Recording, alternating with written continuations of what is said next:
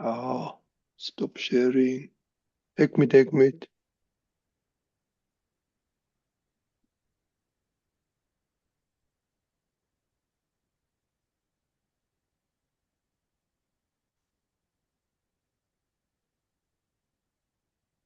જ્ઞાની પુરુષના ગુણલા 김호서유.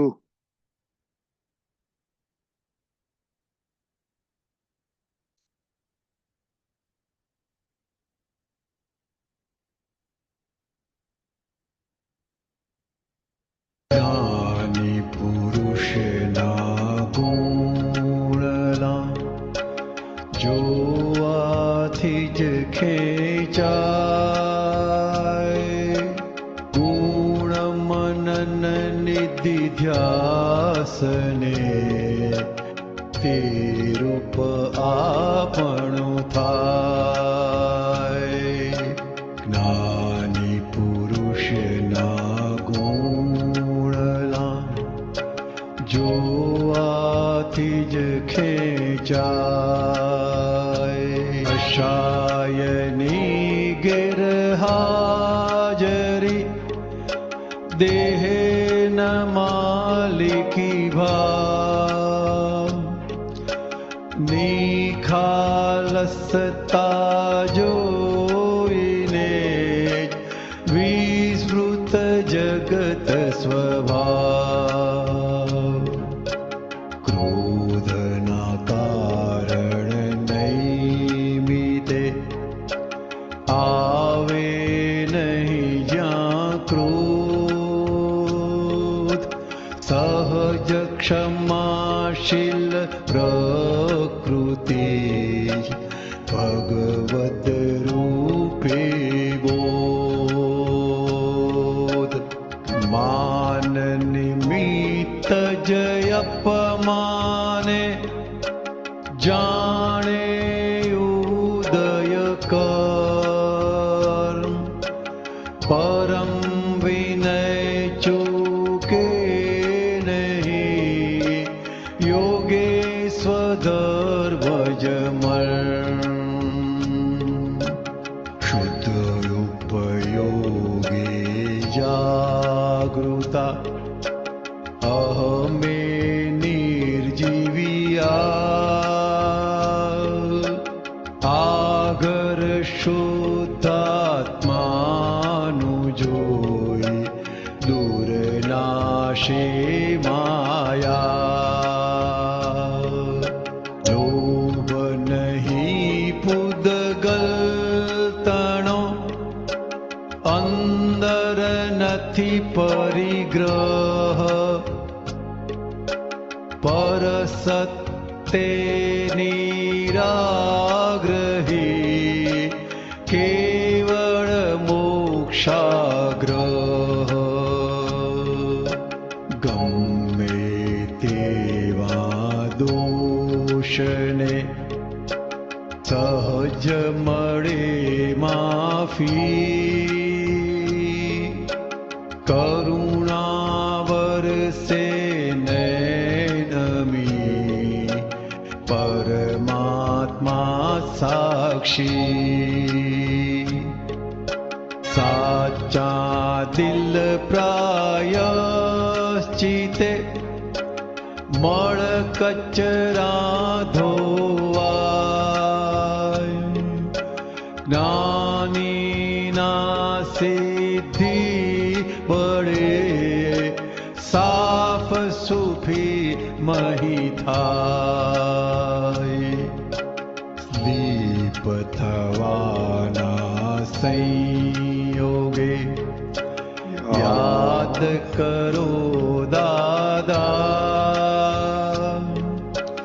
તુર્ત જ હાજર થઈ જશે બ્રહ્માડે ઘૂમતા જેનો કેવળ મોક્ષ ધ્યેય તેને મહી દેખાય આ સંસારથી છૂટવું છે તેને સદાય સહાય જેને મહી દેખા તે રૂપ આપણું થાય.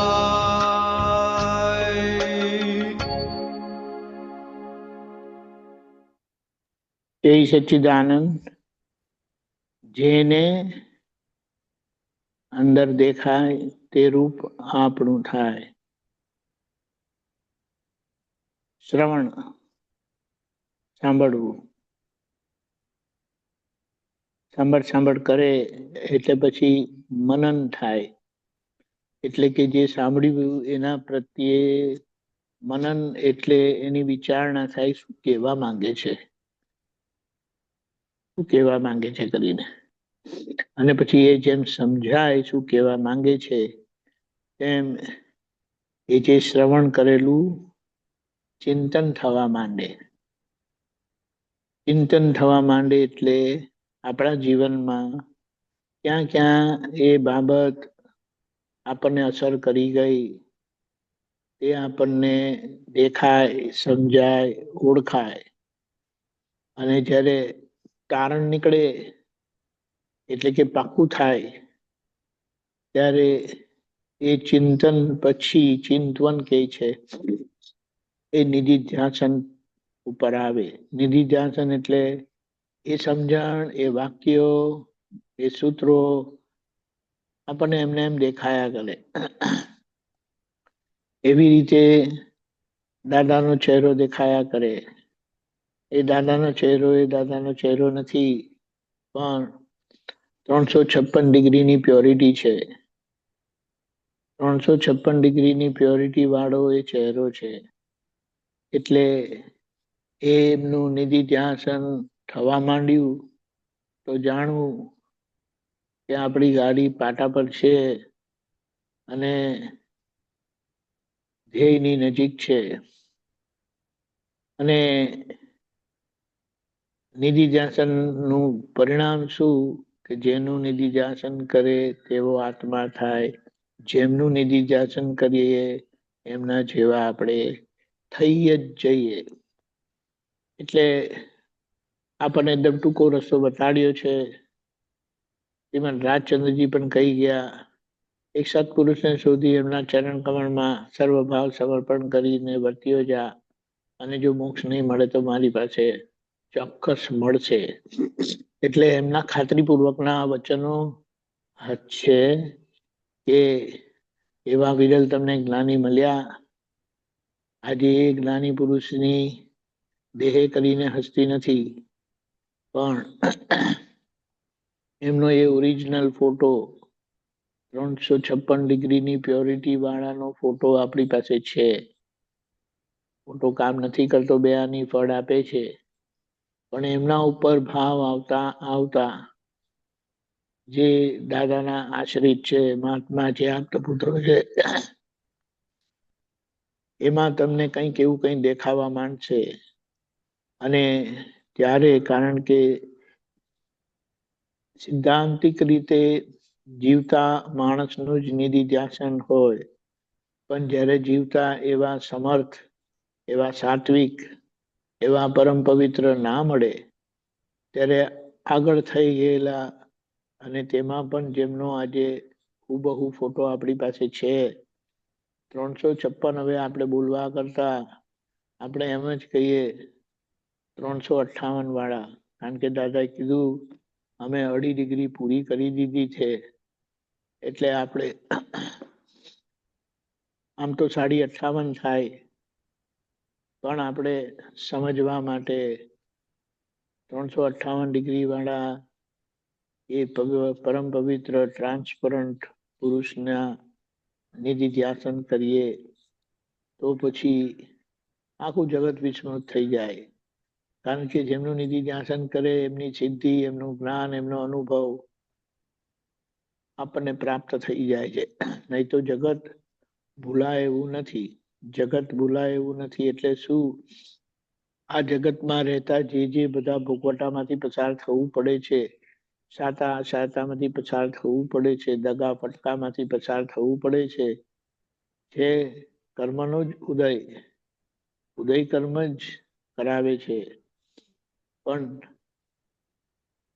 આવા વિરલ પુરુષનું નિધિધ્યાસન થતા એમની સમજણ, એમનું જ્ઞાન, એમનો અનુભવ એ આપણી અંદર કામ કરતો થાય અને એ ભોગવટો જે કર્મના ઉદયે આપણને આવે છે એ અસર કરતો નથી. એ ભોગવટાને પણ દ્રષ્ટા ભાવે આપણે સારી રીતે જોઈ શકીએ છીએ. ધીમે ધીમે એમના જેવું જ ગુસ્સો આવે એવી પરિસ્થિતિ ઘણી બધી, કારણ કે ના ગમતું તો કેટલું બધું આવે છે, પણ ના ગમતાને ગમતું કરતા શીખી જવાય છે દાદાના નિધિધ્યાસનથી, અને સામા પ્રત્યેનો ક્લેમ બંધ થઈ જાય છે. એટલે સહેજા સહેજ ક્ષમા આપી દેવાય છે. નિરંતરનો શુદ્ધ ઉપયોગથી દાદા રહેતા હતા. નિષ્દિન જેમને આત્માનો ઉપયોગ છે એવા એ જ્ઞાની પુરુષ આશ્ચર્યની પ્રતિમા કરીને કીધું છે, એમને નામ લઈને હું યાદ કરું છું.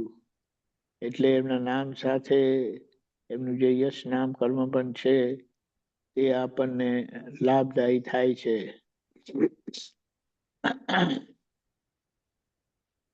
આ બધી નબળાઈઓ જે છે, ક્રોધ, માન, માયા, લોભ, એ બધી કઈ વિચારે પડી જશે સહેલાઈથી. કારણ કે અનંત ઐશ્વર્ય અંદર પ્રગટ થયું જ્ઞાન મળવાથી. આખો એ આખો મૂળ પુરુષ આત્મા, શુદ્ધાત્મા ભગવાન પરમાત્મા એ આપણી અંદર દાદાએ પ્રગટ કરી આપ્યા છે. એ 360 ડિગ્રીના છે આપણી અંદર પણ.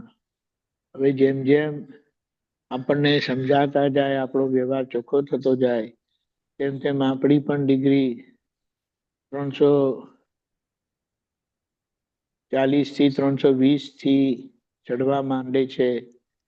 એટલે આપણે શું કહીએ, એ યાત્રા ટૂંકી છે, ખાલી જાગ્રત રહેવાની જરૂરત છે ને પોતાને યાદ કરાવવાની જરૂરત છે કે ભાઈ આ બધું ભોગવીને આવેલા છે ને આજે ભોગવી જ રહ્યા છે. એની શું લપ કરવાની, એના માટે શું ઝઘડા કરવાના. જે મળ્યું તે સાચું. બાકી દાદાએ કીધું છે કે છેક મોક્ષે જતા સુધી વ્યવસ્થિત તમારો વ્યવહાર સંભાળી લેશે. જેમ બેંકમાં પૈસા હોય અને આપણે ખાલી જઈને બેંકમાંથી પૈસા લાવવાના હોય. હવે આજે તો એવું થઈ ગયું છે, ડિજિટલ પેમેન્ટ થયું છે ને, એટલે ઘેર બેઠા બેઠા બધા પેમેન્ટ થાય એવા છે. એટલે ઘેર બેઠા બેઠા ફાઇલનો સંભાવે નિકાલ થાય. કશે ત્યાગ કરવાની જરૂરત નથી. આજ્ઞામાં સહજ ત્યાગ આપેલો છે. હવે આપણે એનો લાભ લઈ લેવાનો છે. એટલે આપણા હૃદયથી પ્રાયશ્ચિત થાય છે અને કોઈ દિવસ હૃદયથી પોતાના દોષ સ્વીકારેલા નથી હોતા, પણ પોતાનું સ્વરૂપ સ્પષ્ટપણે પ્રાપ્ત થયું છે.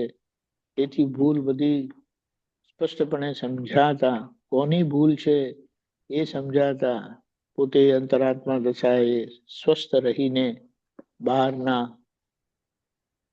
દેવા ચૂકવતા જાય છે. અને દાદાએ આપણને જ્ઞાન આપીને એમની સમગ્ર સમસ્ત સંપૂર્ણ સિદ્ધિ આપણી અંદર પ્રગટ કરી આપી છે. હવે એ સિદ્ધ દાદા આપણી અંદર બેઠા બેઠા પ્રજ્ઞા શક્તિ સ્વરૂપે કામ કરી રહ્યા છે. એને અંડર એસ્ટિમેટ કરવાના નથી. યાદ કરો ને એ પહોંચી જાય એવા છે. તરત જ હાજર થઈ જાય. એટલે ગમે તેવા સ્લીપ થવાના સંજોગોમાં સ્લીપ થવાના પક્ષમાં રહેતા નહીં. એક જ વસ્તુ આજે જોખમ છે, જેને ખૂબ વાગોડવાની જરૂરત છે. સંસાર સુખની રુચિ, 5 ઇન્દ્રિયોના સુખની રુચિ, એ રુચિ અંદર હજી ઉદય સ્વરૂપે રહેલી છે, અણસમજણથી રહેલી છે. હવે એ રુચિને સમજણથી ઉખેડી લેવાની છે, તો દાદા અને દાદાનું સામ્રાજ્ય રહેશે. અને પછી એક જ ભાવના થશે, એ શું મોક્ષે જ જેવું છે, ભાવ શું જગત કલ્યાણ હો. અખંડ જાગૃતિ, અખંડ બ્રહ્મચર્ય વ્રત, અને એ જ દાદા ભગવાન જેવું શીલ આપણી અંદર પ્રગટ થશે. સંપૂર્ણ આદર્શ વ્યવહારથી જગતનું સહેજે કલ્યાણ થશે. આજેની બહુ જરૂરત છે. વલખા મારે છે, દાદા કહે છે ને, ઉઘાડી મેન્ટલ હોસ્પિટલ થઈ ગઈ છે. તો આપણી આ ભાવના, આપણો નિશ્ચય અને આપણું સંગબળ એ આપણને દાદા જેવા તૈયાર કરી નાખશે. જય સચ્ચિદાનંદ.